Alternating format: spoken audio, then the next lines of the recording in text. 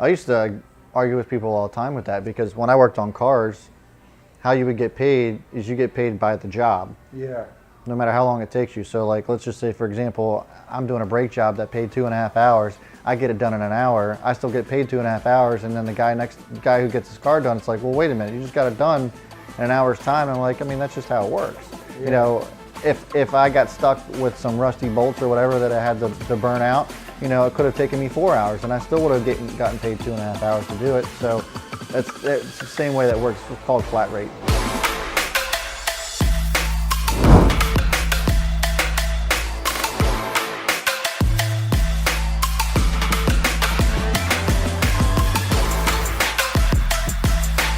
What's going on, everybody? Welcome to Own the Chaos. My name is Brad. This is Christian, and this is a Barcast that this is Barcast number 14, I think. Don't quote me on it, but it's number 14. It probably should be number 17 or 18. Yeah, but before I get to any of that, as far as all that drama is concerned, please make sure you like and subscribe to this video or to this channel. This channel was focused on primarily just trading stocks, but it's starting to evolve a little bit into business and just owning the chaos that is entrepreneurship and all of that good stuff. And so, you know, it's kind of sucked the last week. We're taking the whole channel is taking a whole hiatus to try to get our channel as if it's like a human being. Yeah, because it's just, I don't know. It's been a tough week for you, huh? Yeah. So you didn't do Stock Watch Sunday. No, didn't do any of that. We recorded 3 podcasts. You came all the way down to Raleigh. We had guests on. It was awesome. I was like, not really one we could use. Not one we could use. The audio was terrible. Yeah. I love Rode, but the new Rode mics I bought were terrible. They were awful. We're not sure if it's user error. Still not sure of that entirely, but yeah. The only thing is that they're brand new, so like a brand new product. So it's almost like buying a brand new car. Like a new model? Yeah. Or they never made wireless ever? Well, they have, but not these particular ones. So it's like hot off the press. So I was really pissed about it. Now I got this shotgun mic. Is that what that's called? The shotgun mic? That's called a shotgun mic, yeah. And I just have the only lapel we have left, so. I just want to grab it and start freestyle rapping. You don't have, now you just, you know. Ha! You'd be surprised how that picks up. I believe it. Yeah, so I'm starting to learn all this technical stuff. And, and we every got week this. There's a new. We got this angle here. there's a new camera. Listen, I'm trying to step it up. My prediction is by Barcast number 47, we'll have 12 mics. Yeah. Or 12 cameras. They'll be all around us. Yes. It'll be like a 3D. We're going to get one of those tracks next time. Perfect. The track that like tracks your face. Yep. That's the next toy. All right. So we've got 3 cameras. We're wasting a bunch of time. Let's go. Go time. So I would like to just kind of revert back to what we were talking about last week that we didn't air. Let's just act like we never even spoke about it. Let's just start from scratch. Fair. All right. So what's going on? So I went down to Raleigh, and even though it wasn't what I hoped for, we still got some stuff done. Talked to Hannah, our new digital marketer person that we hired, or that you hired for us. And that's something that I'm really excited about because we just crossed over our 1-year anniversary, and now we've gotten to be well into the 6-figure business. We're 6 months in, doing really well, and we haven't spent one dime on ads.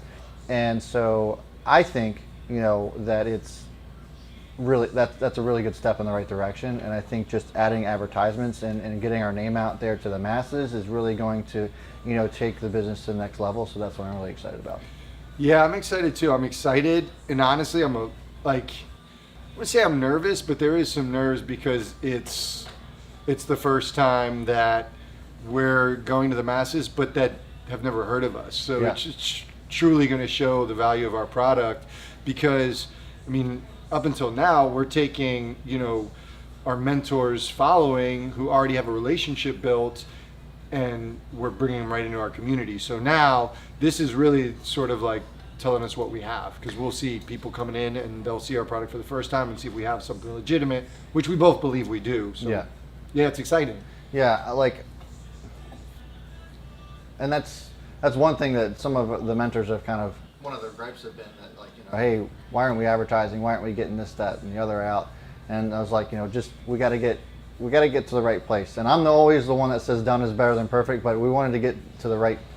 I think it had to be something that made sense before we started to do that, right? Because we still have bugs on the website. We still just didn't have everything. All our ducks weren't in line, and so now we finally feel like they are, so that we can actually, when, let's just say, a mass of people start to come in, that we're prepared for it. And I think that's probably the better word for it, is just making sure that the preparation was in place before we started just going crazy on it. Because I think the one thing that a lot of the, like, especially for like mentors, they look at other type of mentors that, especially in our industry, it's easy for somebody to just do it on their own because they don't have anything else. They just have what they know. They're going to stick it on a platform to sell a course or what have you, and that's all they do. They put it on a platform, and then they can just advertise it all themselves. But what we're doing is something totally different. You have the actual platform itself, and then bringing mentors into it. But I think the advantage to that is that the mentors are coming in and they already have tools that are in place for people that are learning from them, that they don't have to leave. It's all under one roof. So like if you were somebody who wanted to learn how to trade in the stock market and you wanted to go to an individual to learn from them, you have to go to a platform like Teachable or whatever, get that information, and then go to another platform to try to figure all that out, like charting and all that stuff. Whereas here, it's all in one spot. And so I think that's what really gives us the competitive advantage, and really what our mentors are paying for. Yes, we're going to be advertising and putting that out there so we can bring more people to them, but it's also to keep the website going, to keep everything running, because all that costs money too. Well, and it's, as I'm sure, so you were privy to the conversation we had with Hannah and Jake, and we had our Hannah's the digital marketer. Yeah, we had the digital marketing conversation, and I mean, she's amazing, by the way. She's awesome. She's awesome. Hannah, I know you're probably going to watch this one. I'm sorry consulting. about the the mishap, but we had her on. She was our official first guest. I know, and it was such an amazing conversation. I still haven't broke the news to her that it's not going to be airing. Now you know. You know what I'm going to do? I'm going to send her this link and I'll be like, "Hey, watch this Barcast." So Hannah, bad news. Yeah, we're not airing that episode. However, we'll go back. Absolutely. Yeah. And I love Raleigh. Raleigh was cool. It was great. So the crazy thing is I think a lot of people look at ads and digital marketing in general and just think it's straightforward and easy. And right. historically, ads were pretty straightforward, right? It was, radio or print or whatever, right? Billboard, commercials, but there wasn't a lot of flexibility. You just determined like who your target was, and it was very broad, and you just threw it out there and you determined your platform. So if I wanted to do like 98 Rock in this area, I'd do a commercial on 98 Rock, and the extent of my decision making was like at what time frame I wanted to do. Right. And so if I wanted to do print, there's the city paper, and that was like the extent of my decision making was what size ad do I want? A quarter page, a half page, a full page, and that was it. Well, I think there's a lot of people who still put that framework on digital marketing side, like you just do ads. It's not that simple. It's not quite that simple. Right. And so you just got a taste of it just listening to our conversation, but determining the funnel and determining your target and how you want to flow, you're right. If it's just if it was just you as a mentor and that was it, it's easy for us to promote. Right. But you think about just the basic structure, promoting the website, and what do we focus on? And we have multiple mentors. And then on top of that, you have different platforms, different mentors, and you could promote the company, you could promote the community, you could promote each mentor individually, you could promote courses or even mentorships. Yep. And that's not even it. Right. And so then you have to decide, do I just want to get eyes, or do I want to actually like get people into the mentorship, specifically target them, and that's and we haven't even talked about who we're looking at. Right. The beauty of it is you can be really, really specific. I want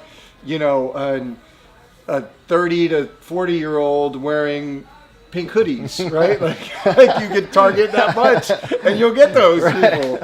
But yeah, that's sort of that's the catch-22 is like, I don't even want to say catch-22, but it's sort of like the pros and the cons. It's like, it's great because you can target and you have all this at your disposal, but you can also get like analysis paralysis type deal. Oh yeah, 100%.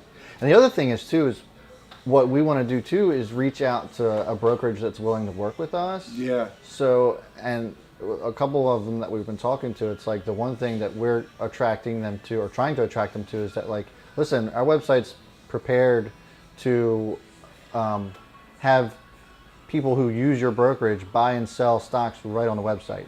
So you search a ticker, you can look at the charts, and then there's a buy and sell button. And so if we work with a direct brokerage that we can embed those types of features on the site, it's even better. Yeah. And then you have people that are surrounded around the community that can help others trade right there, all under one roof. Like, it's just, I think there's the short-sighted part of it, and then the long-term big picture.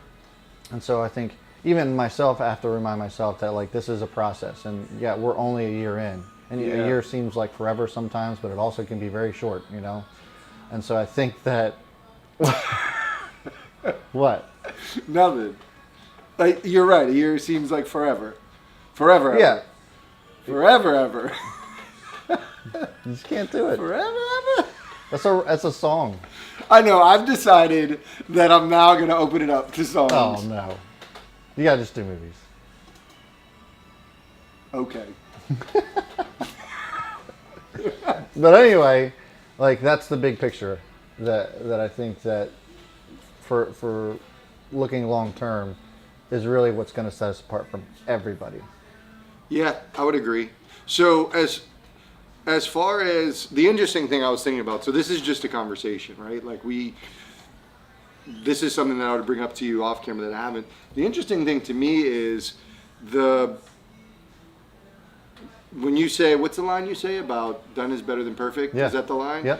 Well, I mean, we're still not perfect, right? And so I was thinking about, we talked today about how I mentioned to you the forum, and you're like, well, I don't really look at the forum, but the forum's just the forum on WeTrade HQ, which I actually look at a lot. Yeah. It's cool that it's just pulled from Discord, but that's Discord content that gets pulled there or directly to the forum. Right.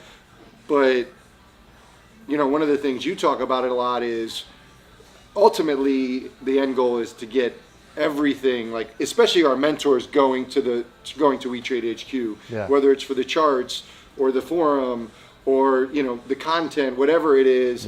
Obviously there's going to be Discord's the biggest thing we got to figure out, but as much as possible getting everybody to use WeTrade HQ. Yeah, because if they're not going to use it, why would anybody else? Yeah.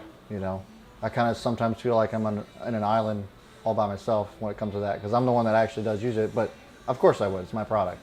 But it's thinking about what is it that we need to do to improve the site so that everybody wants to use it, and that's the first thing they go to in the morning when they're looking to, trade whatever stock that it is they're looking to trade. I will say that I've been thinking a lot lately about execution and deliverables, especially for my industry. The biggest thing about my industry is deliverables. For the longest time, I've talked about the idea of just meeting expectations. People try to, I think most people try to blow you away. And the reality is, while it's great to over-deliver, the reality is a lot of people don't even meet minimum expectations. Right. And really the difference is, in successful people that I look at, is like just their ability to execute and how much they can get done between one point and the next point. And I even find myself in that situation where I'm like, where did the day go? And it's because there's all these decisions, and I find myself sometimes getting in trouble because there is so much that I sort of lose focus. Right. And I've found, okay, I didn't really get anything done. I've come up with some great ideas, but the value is in the execution and the deliverables. And that's where, we've even said with our digital marketing, like, let's get the ball rolling. That way we can actually see what's going on. But I think for us, we've gotten caught up in that too, because there's so much we have to do, and the execution part. You've talked about Jake's just gotten a ton of stuff done. He's just executing. Yeah. Oh my gosh! I mean, within the last 2 weeks, he's just been crushing it. Mm-hmm. And there's an ebb and flow. Sometimes I feel like I'm not getting anything done, like this past week. Yeah. But then the roles reverse a little bit, and it's the same thing for him sometimes. So, I think it's just part of the process. Yeah. Well, and that's another reason, I think another reason why you really like Hannah is, she came up with this deliverable in a very short amount of time. And, we've talked off camera about like the idea of when you're a CEO or you're a manager and you don't really see all the stuff that goes on behind the scenes. Yeah. And as somebody working for an organization, you need to find a balance of being able to promote yourself. Right. And I think that's really key is, as a manager, you don't want to micromanage, but you do want to know what's going on. And then as either a frontline manager or a non-managerial employee, you've also got to show your work as well and sort of promote a little bit, because a lot of stuff happens behind the scenes that people may not be aware of. Right. You hope there's trust. There's a little bit of trust that needs to be had. But at the end of the day, how much does your boss know, or how much does your client know about the work you're doing? And you need to show that. Right. And that's something with my job I've learned, with my company I've learned, I need to do more of with my clients. I need to show more of what I'm doing behind the scenes, because a lot happens to get a 15 slide presentation with a strategy. It feels easy. Yeah. But there's a lot of meetings and research done behind the scenes. There really is. And maybe I'm not, and this goes for just the product that I sell, which is myself too, that I'm not very good at doing that. Which part? Just selling myself and then communicating with the people that matter, how much it is that we really are doing behind the scenes. Because I think that if we gave them a glimpse of what it is that we're doing, that maybe they probably would understand a little bit more, because from the outside looking in, it's just like, oh, well, I'm just sitting here waiting with my thumb up my ass. What's going on? I haven't really seen anything from you guys. So, but we really are doing a lot, and it's getting there. It just takes some patience, and I think the patience will pay off. There's also this transition going on now to, just like we talked about with employees, results-oriented work, I think it's the same thing. Deliverables shouldn't be based on the quantity of deliverables. The deliverables should be based on the value it brings to an organization. Yeah. I would argue. So if let's say digital marketing, I was well-versed, which I'm not even, I feel like I'm above average, but I'm by no means well-versed in digital marketing. If I can do something that only takes me a half an hour because I've done it so many times, but it brings you $10,000 worth of value, what do you care that it takes me 30 minutes? Right. Because I put the time and the research and I spent that time. It's easier. Logically, it makes sense, but there's this old school mentality again, like, well, how much time did you put in? I used to argue with people all the time with that, because when I worked on cars, how you would get paid is you get paid by the job. Yeah. No matter how long it takes you. So like, let's just say, for example, I'm doing a brake job that paid 2.5 hours. I get it done in an hour. I still get paid 2.5 hours. And then the guy who gets his car done, it's like, well, wait a minute, you just got it done in an hour's time. And I'm like, I mean, that's just how it works. Yeah. If I got stuck with some rusty bolts or whatever that I had to burn out, it could have taken me 4 hours, and I still would have gotten paid 2.5 hours to do it. So it's the same way that works. It's called flat rate in that industry. So I think it works the same way. I think it should apply everywhere. Like the results based, stuff. So I'm really excited for Hannah, and just talking with her, I was really just impressed with like everything that she knew, and I knew that like she had a really strong resume with, some of the companies that she had worked for and found success with. And to bring that caliber of talent to us, like really, gets me going. Well, and We Trade HQ is the first client I've worked with her one-on-one with. I've known of her, and she did some work with a client I work with now, but it was by proxy. I wasn't working directly with her. Right. So, obviously her references, and I spoke with her and I really liked her. But one of the important things, as my company transitioned, I brought on coaches or people that I can subcontract. And that's an interesting piece for me, is how to determine who to select. Because digital marketing, there's a ton of options out there. Yeah. And I'm about to put the 262 name on that. That's one of the parts of the process is very interesting. They're representing me, and it's awesome to hear that. It reaffirms everything. Yeah. Because I'm doing my due diligence on the back end, but that's one of the pieces I give advice to when people are growing their company is like, make sure you understand who's representing you and vet them big time. Like, vet them big time. Check their references, run trial runs. And really with Hannah, this is a slow process. Now she's just starting her company, right? She has a resume that's built more in the corporate world and with another company. But to me, that was a benefit. Like, I feel like I'm pretty good at identifying talent. Yeah. And to me, like, she just really aligned with my company and what was important to her. And again, we've talked about this alignment's so important. You got to know what you're about as a business, what's important to you, what you value. And as you're vetting these people, find out what they value. And if those things match up, you're good, basically good. And then it boils down to like execution and the job she did, which so far so good. So, you know, these next few months are going to be really interesting to see how they play out. Yeah, absolutely. I think, which kind of brings me to my question. It has nothing to do with Hannah or anything, but have you ever put your name on something or somebody and then it backfired on you, or have you just kind of gotten lucky? Well, I wouldn't say lucky, but it's been good, so good at vetting people that... No, I mean, I'm sure I miss. I've not in 262, but like people I've hired, I always feel I've gotten a lot better at hiring people and identifying talent. Now, here's the thing. I have missed on people, but I also take chances. Like, I look at people who have high upside, especially in the industry. I don't look for people who have, if it's in hospitality, I don't look for people who have a ton of like background in a specific role. I care about you as a person and what's important to you. Yeah. And so I'm cool with teaching you the skill set. So what usually happens to me is I'll have people who maybe don't pick it up as quickly as I would think. And so, I mean, I swing for the fences a lot. But I try to take calculated risks. So yeah, I mean, I certainly have people that I regret. Now with coaching, I don't take as big of a chances because the stakes are too high. Right. But what I try to do is, if I can, I'll try to have them help me with my company and sort of see what, at least on a basic level, what they can bring. And then from there, if I feel comfortable, then I'll bring them to clients. But it takes a while for me to actually get them to clients. Yeah. Just because, you know, one interaction gone wrong, like it's hard to come back from that.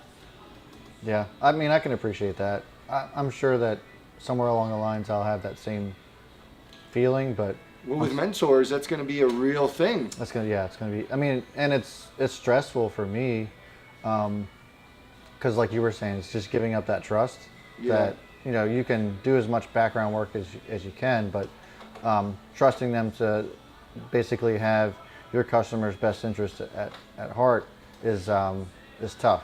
But I mean, I think for the most part, I'm a pretty good judge of character, sort of. Damn good judge of character. But yeah, I mean, I'm in the same boat as you. Like, I prioritize character over everything else. So, you know, if you have good character, and you know that's really important to me. And then, you know, if you need help, I mean, gosh. If Cameron watches this, like I helped him so much through like and it's just because of my own trial and error through you know, just improving his video content and making sure he's putting his name out there as far as branding goes, because I've just been through it all. Yeah. But he had no clue how to do sound. I mean, he had a good web camera and stuff like that, but like just putting out good content, like just helping him through all that. But because of his character and the kind of guy he was, like I just saw the potential, and I still think that he has more potential than anybody. Yeah. Just because of the kind of person he is and how much he actually cares about people. So, but, and he knows. He'll watch this and be like rolling his eyes, but he knows. He knows that, I mean. He knows who buttered his bread. That's right. Just kidding. I'm out of this one. No, what was it there for? I've been on the phone hours with him before. We're just working through stuff, and it's not to any fault of his own, but just helping. Gotcha. Yeah. So. What? Nothing. Okay.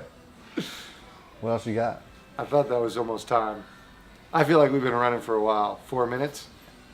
4 minutes. Okay. I was trying to give you this one. I got you. I got you.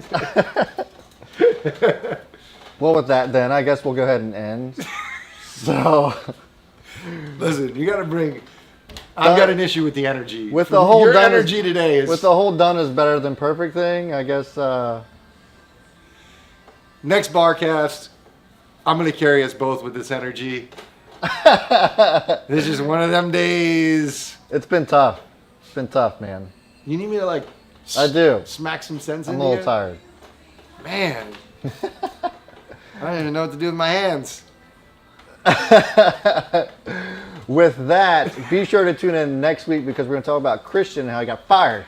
Oh! And how he was able to handle that, because what we want to do on this is give you every aspect, the good and bad, about being an entrepreneur and how that impacts you and how to overcome that That was stuff. a good tease. So be sure to check that out next week. As always, I'll see y'all before the bell. MB Smith is out. See ya.